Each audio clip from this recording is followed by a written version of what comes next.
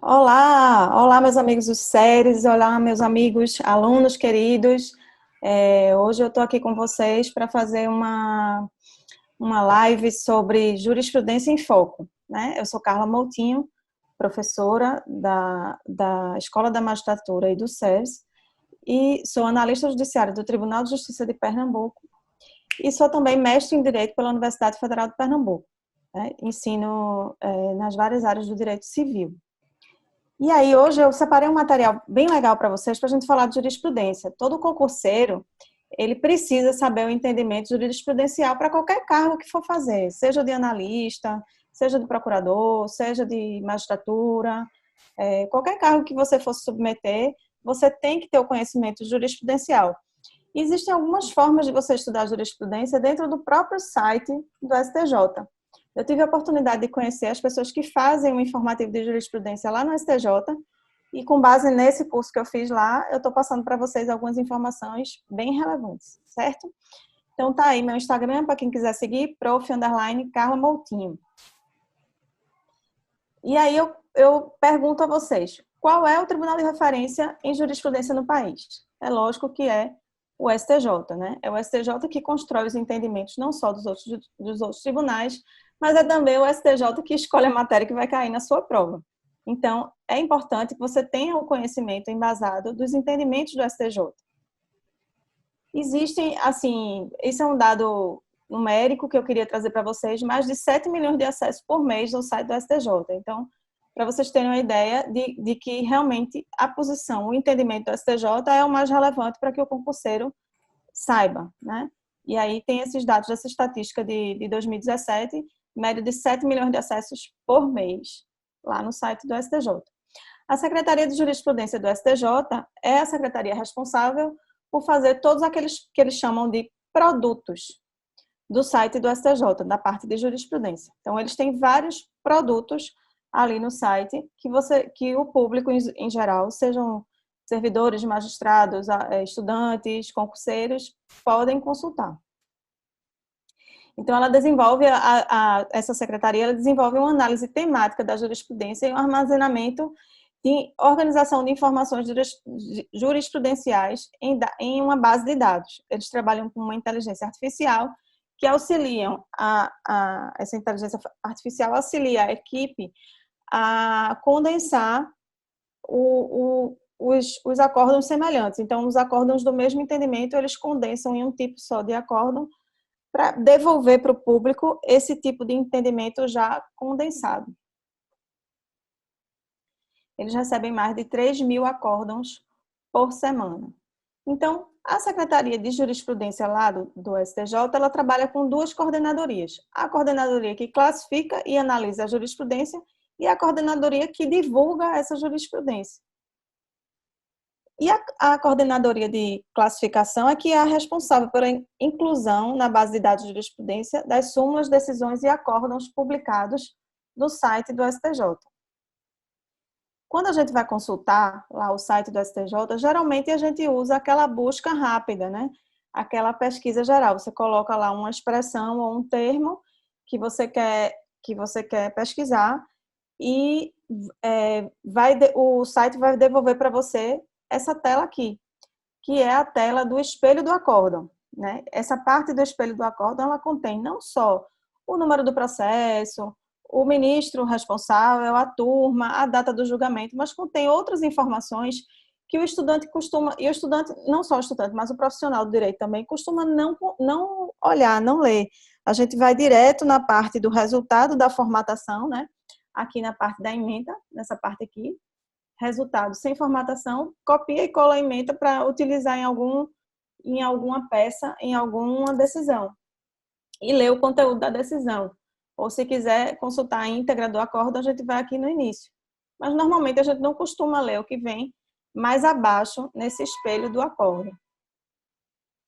Veja, aqui abaixo a gente tem não só o número do processo, o ministro, data de publicação, ementa, acórdão, mas tem uma partezinha aqui chamada sucessivos, certo? Esses sucessivos são todos os entendimentos que se sucederam a esse entendimento. São os entendimentos parecidos, certo? Eles se condensam, eles são condensados aí nesses sucessivos e se cita aí dois ou três acórdons no mesmo sentido. Então, quando você quer, você está lá trabalhando num processo, vamos dizer assim, e você quer colocar uma decisão e dizer no mesmo sentido, tan e tan e tan, você vai ali no setor de sucessivos, você não precisa ficar consultando no site outras decisões, porque a própria ementa do espelho do acórdão já traz para você alguns processos no mesmo sentido, no mesmo entendimento.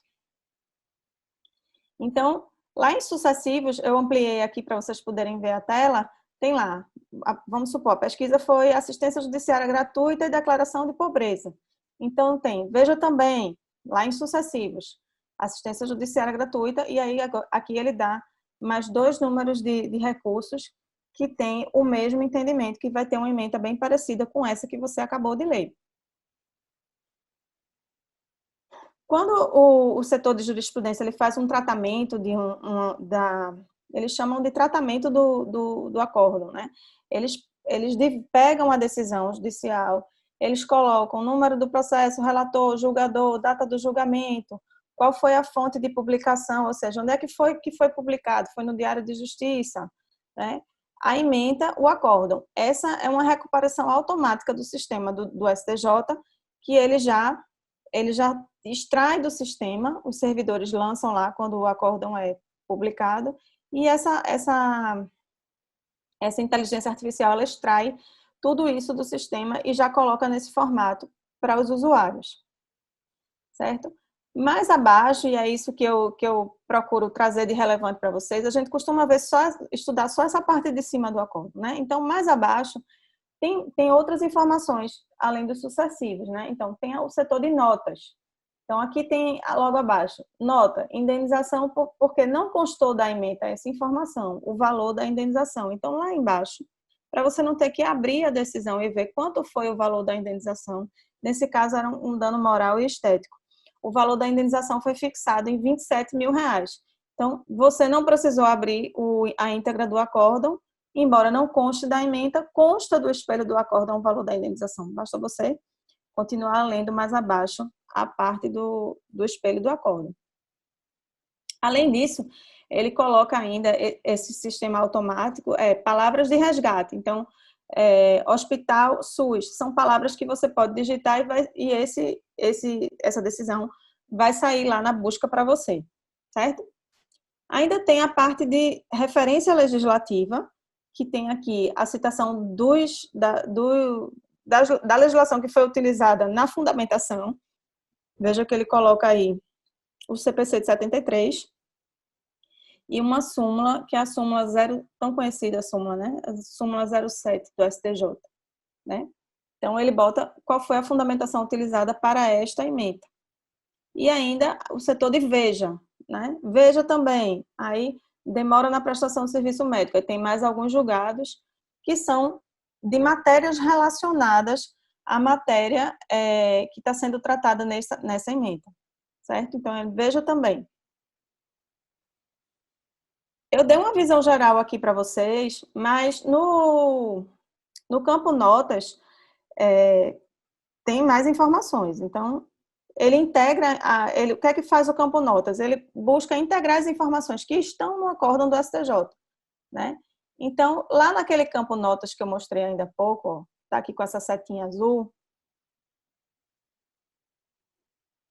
você pode procurar se houve juízo de retratação, você pode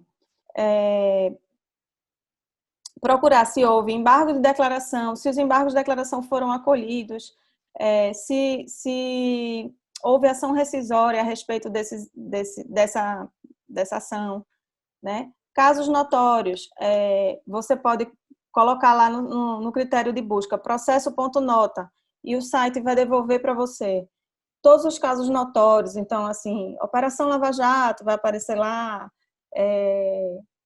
um caso que foi notório aqui em Recife, por exemplo, que foi bem grave, por sinal, um caso de responsabilização civil de um circo, que o leão comeu o menino, tirou o menino botou a pata para fora da jaula, puxou o menino para dentro e matou o menino. Então, esse é um caso notório de grande repercussão.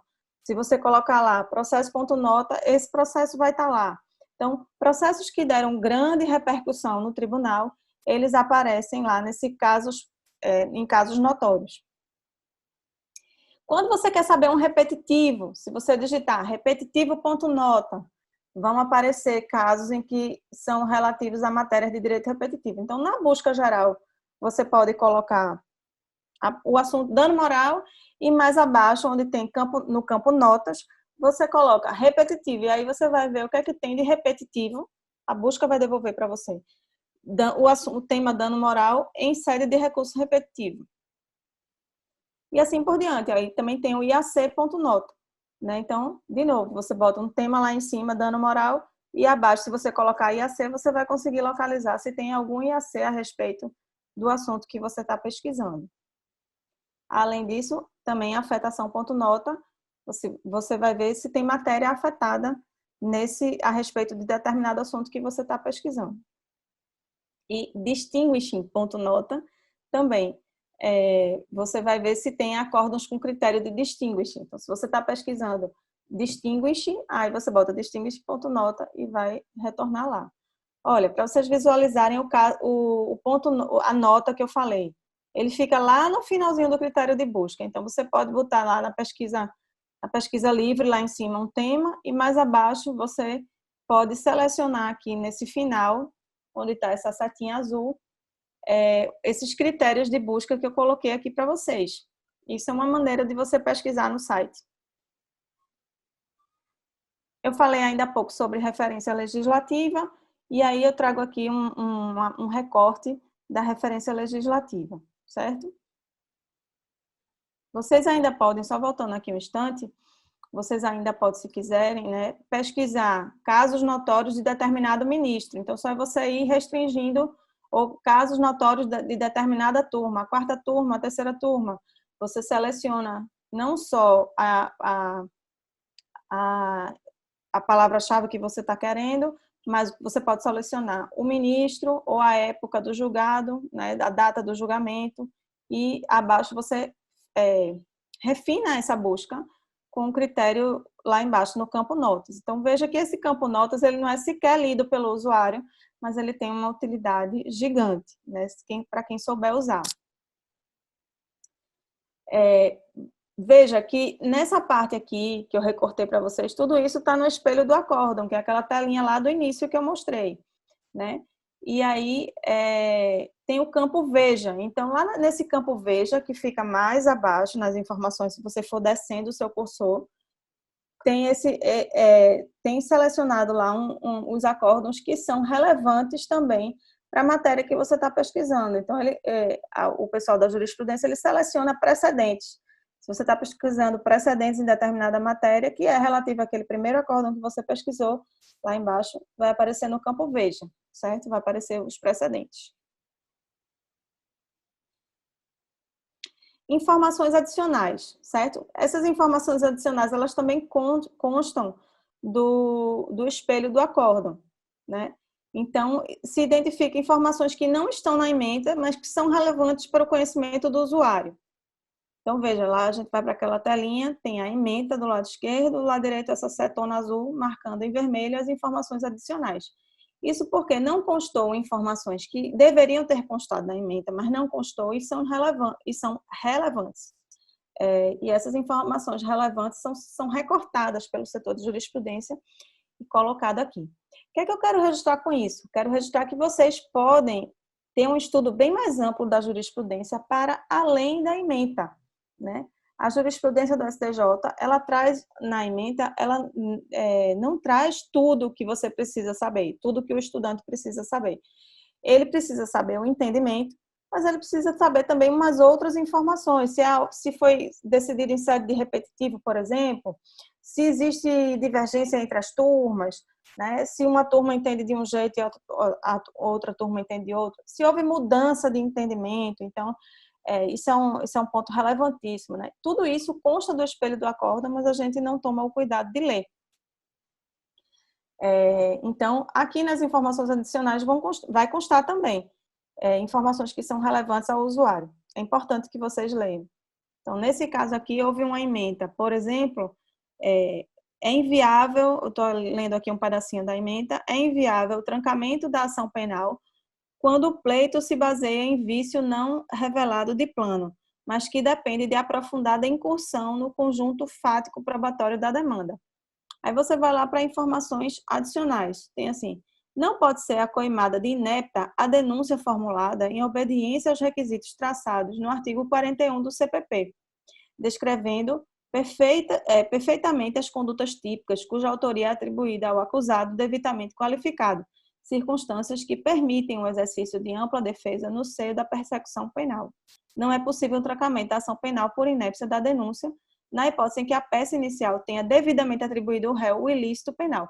Veja, essa parte, não é possível o trancamento da denúncia, não constou da ementa, mas é uma informação relevante. Né? Você não pode trancar a denúncia na ação penal se, na hipótese em que a petição inicial for devidamente atribuído o ilícito do réu. Certo? Então, vejam que essas informações adicionais, elas complementam e integram a própria ementa. Ainda tem aqui uma seção de identificação e tratamento. E nessa seção de identificação e tratamento, a gente tem o enunciado e o excerto. Né? O enunciado é um resumo que compreende o tema como um todo, né? Retirado com base no inteiro teor do acórdão, e o excerto é um trecho retirado do inteiro teor do acórdão. Mas qual é a diferença? É porque o enunciado ele é retirado ipsis literis, ele é copiado e colado. Né?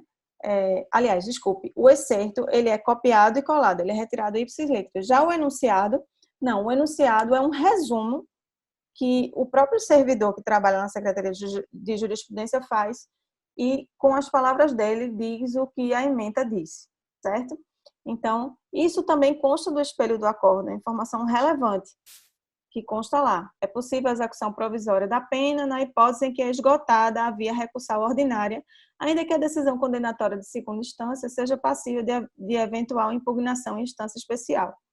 Isso porque quaisquer recursos subsequentes, eventualmente interpostos no âmbito da instância superior, não possuem efeito suspensivo. Isso é um resumo. Né? É diferente de eu citar aqui um excerto. O excerto é eu tirar um pedacinho do inteiro teor da decisão. A execução provisória de acórdão penal condenatório proferida em grau de apelação, ainda que sujeito a recurso especial extraordinário, não compreende o princípio constitucional da presunção de inocência afirmado no artigo 5º da Constituição. E assim por diante. Então, o enunciado ele é criado como elementos de uma tese do acórdão. Ele pega a questão jurídica, ele pega um pedaço ele procura condensar o entendimento dentro de um contexto fático fundamentado. Então, tem questão jurídica, entendimento, contexto fático e fundamento. Tudo isso consta do enunciado.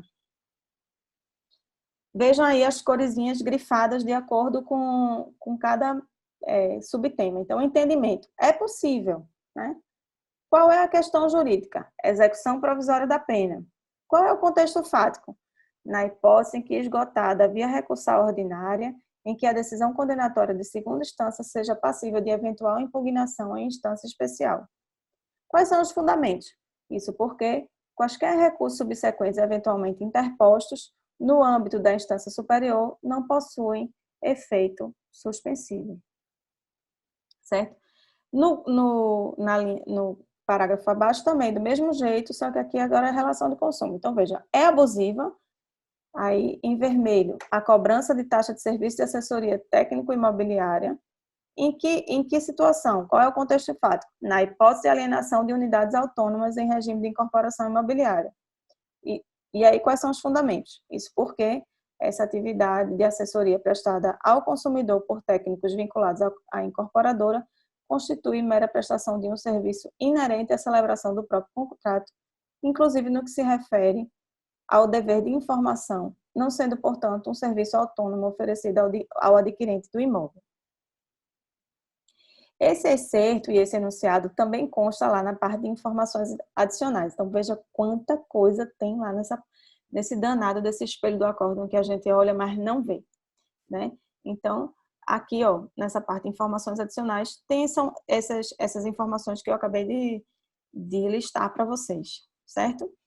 Além disso, ainda consta das informações adicionais, né, o voto vencido, né, ressalva de entendimento. Então, lá nos debates da sessão, houve um voto que restou vencido, ou na ementa vai constar o voto vencedor, um destaque para ressalva do entendimento. Veja que está aí grifado em vermelhinho, ó, ressalva de entendimento desta relatoria, ou seja, o relator foi vencido, né? E aí ele coloca o entendimento mais abaixo. Qual foi a ressalva do entendimento, certo? Ressalva do entendimento do relator, né? Então, esse voto não foi a unanimidade. É importante você saber qual é o voto vencedor, qual é o entendimento prevalente, mas é importante também você saber o entendimento que não foi o vencedor, mas que foi relevante, porque isso pode constar da sua prova para se querer saber qual é o entendimento vencedor. O que é que prevalece, então, na posição do STJ, né? Quem foi que restou vencido? E também, se a formação da Câmara mudar, esse voto que foi vencido, ele pode vir a se tornar vencedor. Basta que alguns ministros se aposentem e saiam do tribunal, né? Ou saiam do tribunal. Então, quando tem ressalva de entendimento, essa informação consta lá. E, às vezes, a gente não consulta, não olha. Então, é rico o estudo do site do STJ, e esse estudo, ainda por cima, é gratuito. Basta que a gente se dedique a estudar. Então, o que é que eu recomendo aqui para você que está estudando para qualquer cargo da área jurídica? Quando você vai fazer lá seu estudo, você vai ler o Vademecum, ler o seu livro de resumos ou sua doutrina a respeito daquele entendimento, né? Então, hoje eu estou estudando Direito do Consumidor, Plano de Saúde. Então, eu vou ler a lei 9656/98, que é que se refere a plano de saúde. Vou ler um resumo ou um livro ou uma doutrina selecionada a respeito de plano de saúde. E posso consultar no próprio site do STJ a complementação do meu estudo, a partir de palavras-chave, a partir da utilização de informações adicionais constantes no espelho do acórdão, a partir do setor de notas e a partir de todos aqueles subitens que eu fiz constar aqui para vocês, certo?